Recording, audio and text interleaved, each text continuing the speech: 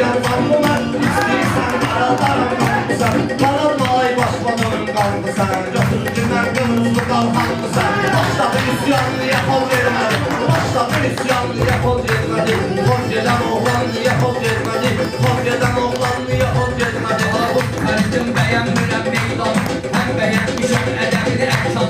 Bu validin kulağı oldu üsyanın, oldu yarım can diye oldu yarım can diye vermədi.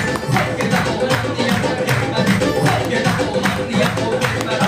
Bu məclisdə görürsən ki şərəmşən, yaxşı deyən şahid ilə sənəm mən.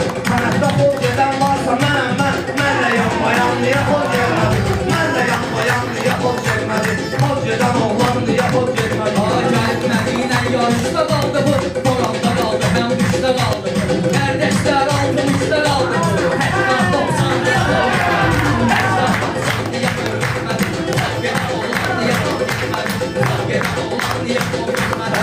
Dünyaya aldanmadın olmalıdır, insanı idarə edən ağıldır. 60-90 sürünü dağıldı, karabka kardanlıya qol vermədi, karabka kardanlıya qol vermədi. Qol gedən oğlanlıya qol vermədi. Bəyənmişəm candan əziz zandı bu. Ol vurdun, alışdı bu, yandı bu. Onu qalanda olmuş 90'dı bu. Sevgili canan niyə qol vermədi? Sevgili canan niyə qol vermədi?